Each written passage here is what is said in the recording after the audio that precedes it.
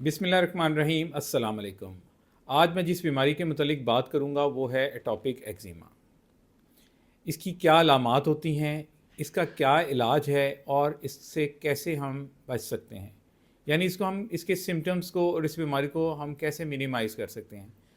इसको हम बिल्कुल कंप्लीट ख़त्म तो नहीं कर सकते, मगर इसको काफ़ी हद तक बेहतर कर सकते हैं। एटोपिक एक्जिमा एक चंबल की किस्म है जो कि एक मरूसी बीमारी है जो कि वालदैन से बच्चों में ट्रांसफ़र होती है। जिन वालदैन को मसलन जो आते हैं वो बताते हैं कि जी हमें सुबह उठ के छींकें आती हैं या एलर्जिक एस्थमा है, तो उनके बच्चों में चंबल की ये किस्म आने की काफ़ी कभी चांसेस होते हैं। इसमें क्या होता है, जिल्द बहुत ज़्यादा खुश्क हो जाती है, सुर्ख हो जाती है, बच्चा बहुत ज़्यादा ख़ारिश करता है, इसमें से पानी निकलता है और ये जिस्म के मुख्तलिफ़ हिस्सों को इन्वॉल्व करती है। सबसे ज़्यादा जो इन्वॉल्व करती है छोटे बच्चों में, ये चेहरे को इन्वॉल्व करती है और बाजुओं को करती है, टांगों को करती है। इसके अलावा हाथ, टांगें हर जगह इन्वॉल्व होती है। वहाँ पे बहुत ज़्यादा जिल्द सुर्ख हो जाती है, ख़ारिश होती है, बच्चा बार बार ख़ारिश करता है, स्पेशली रात को उसका सोना मुश्किल हो जाता है। वालिदैन ये बताते हैं कि जब बच्चा बार बार रात को उठ के ख़ारिश करता है और जब वो नाखूनों से ख़ारिश करता है तो वो ज़ख़म बना देता है। ज़ख़म बनने से वहाँ पे इन्फेक्शन हो जाता है और जब इन्फेक्शन हो जाता है तो बच्चे को बुखार हो जाता है और उसको काफ़ी सारी प्रॉब्लम्स होती हैं।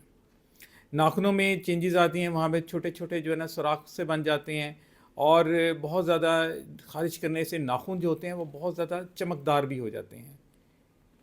इस बीमारी में सबसे जो इम्पॉर्टेंट चीज़ मैं अपने पेशेंट्स को बताता हूँ कि आपने जिल्द को वेट रखना है, यानी कोई भी अच्छा सा मॉइस्चराइज़र लगाते रहना है। दिन में, रात में बार बार मॉइस्चराइज़र लगाएंगे। अगर स्किन ड्राई नहीं होगी तो स्किन में ख़ारिश होने के चांसेस कम से कम होते हैं।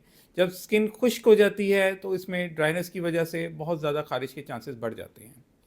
इसके अलावा टॉपिकल कॉर्टिकोस्टेरॉइड्स की एप्लीकेशन जब बहुत ज़्यादा एक्टिव डिजीज़ होती है तो हम एडवाइस करते हैं कि आपने इनको लगाना है और आहिस्ता आहिस्ता इसको ख़त्म करना है और एकदम बिल्कुल नहीं छोड़ना। जैसे बीमारी कंट्रोल में आती है तो इसको बिल्कुल एकदम से बंद नहीं करना, आहिस्ता आहिस्ता करके इसको ख़त्म करना है। इसके अलावा स्टीरॉयड स्पेयरिंग एजेंट्स होते हैं, कैल्सिन्यूरिन इनहिबिटर्स, उनको हम स्टीरॉयड्स के साथ स्टार्ट कर देते हैं और जब स्टीरॉयड और ये दोनों मिलके काम करते हैं तो हम आहिस्ता आहिस्ता इनको ख़त्म कर देते हैं। इसके अलावा एंटीहिस्टामीन वो अद्वियात हैं जिसकी वजह से ख़ारिश कम हो जाती है।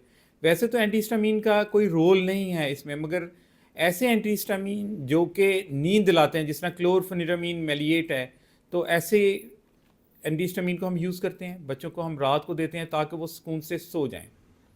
इसके अलावा जब बहुत ज़्यादा इन्फेक्शन हो जाता है तो हम टॉपिकल एंटीबायोटिक्स जो कि फ्यूसिडिक एसिड क्रीम की शक्ल में होती है या ओरल एंटीबायोटिक्स जो कि एमॉक्सिसिलिन, एम्पिसिलिन की शक्ल में होती है, ये हम इनको देते हैं। इनका शॉर्ट कोर्स होता है ताकि इन्फेक्शन कंट्रोल में आ जाए। इसके अलावा सबसे जो इम्पॉर्टेंट चीज़ है, एक तो रेगुलर फॉलोअप। जैसे बीमारी कंट्रोल में आती है वालिदैन बिल्कुल दवाइयाँ बंद कर देते हैं, जी बच्चा हमारा ठीक हो गया है। आपने स्किन स्पेशलिस्ट को रेगुलर फॉलोअप में आना है और आके बताना है कि बच्चे की क्या कंडीशन है। इसके अलावा लाइफस्टाइल मॉडिफिकेशन, सबसे पहले मैंने बताया था कि मॉइस्चराइज़र बहुत ज़्यादा अच्छा यूज़ करना है। इसके अलावा ऐसी जगहों पे जहाँ पे बहुत ज़्यादा हीट हो, यानी सनलाइट एक्सपोजर हो, हीटर हो, बहुत ज़्यादा गर्म पानी से नहाना, इन चीज़ों को अवॉइड करना है। जब बच्चे को नहलाएं तो जो नहलाने वाला टब है उसमें आपने थोड़ा सा ऑयल डाल देना है ताकि थोड़ा सा जो मॉइस्चर उसकी स्किन के साथ रहे और ख़ारिश कम से कम हो। इसके अलावा ऐसे साबुन या ऐसे केमिकल नहीं यूज़ करने जो कि बहुत ज़्यादा हार्ड होते हैं स्किन पे, स्किन को बहुत ज़्यादा ड्राई कर देते हैं, जिसकी वजह से स्किन में ख़ारिश बहुत ज़्यादा बढ़ जाती है। और डाइट में बच्चे ये सब कुछ खा सकते हैं, मगर ऐसी चीज़ें जिनमें प्रिजर्वेटिव्स होते हैं, प्रोसेस्ड फूड होते हैं, उनको अवॉइड करना है। इसके अलावा पेट्स, प्लांट्स एंड कारपेट से दूर रहना है। और मैं अक्सर माओं को बताता हूँ कि आपने जो कपड़े पहनाने हैं वो कॉटन के कपड़े होंगे, उसके ऊपर आप वूल जो दिल करता है पहनाएं, मगर जो स्किन के साथ टच होगा वो कॉटन होगा। और रेगुलरली आपने डॉक्टर को फॉलोअप के लिए आना है और इस ट्रीटमेंट को कंटिन्यू रखना है। और with passage of time, with age, ये इसके सिम्टम्स और ये बीमारी थोड़ी कम हो जाती है। इसके अलावा जब पेशेंट एजुकेशन होती है तो काफ़ी वो बीमारी के मुतालिक समझ जाते हैं, तो इसको कंट्रोल करना आसान हो जाता है। मेरे चैनल को लाइक करें, सब्सक्राइब करें और अपने फ्रेंड्स के साथ शेयर करें।